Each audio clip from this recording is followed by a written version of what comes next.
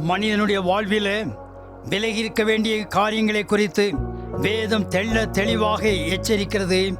அவையாவன விபச்சாரம், வேசித்தனம், அசுத்தம், காம விகாரம், பில்லிசூனியம், பகைகள், விரோதங்கள், வைராக்கியங்கள், கோபங்கள், சண்டைகள், பிரிவினைகள், மார்க்க பேதங்கள், பொறாமைகள், கொலைகள், வெறிகள், களியாட்டுகள் முதலானவைகளே. இப்படிப்பட்டவைகளை செய்கிறவர்கள் தேவனுடைய ராஜ்யத்தை சுதந்திரிக்க மாட்டார்கள்.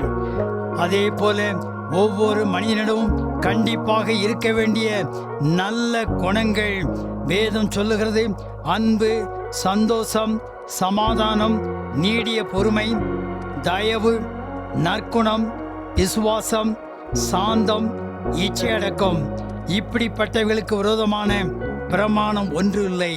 ஆகவே நாம் இப்படிப்பட்ட நல்ல குணங்களை பெற்று தனிநபர் வாழ்விலும் குடும்பத்திலும் சமுதாயத்திலும் பெயர் பெற்று இறைவனை மகிமைப்படுத்துவோமாக. ஆண்டவர் நம்மை ஆசீர்வதிப்பாராக. ஆமீன். Like, share and subscribe to spread our Lord's love.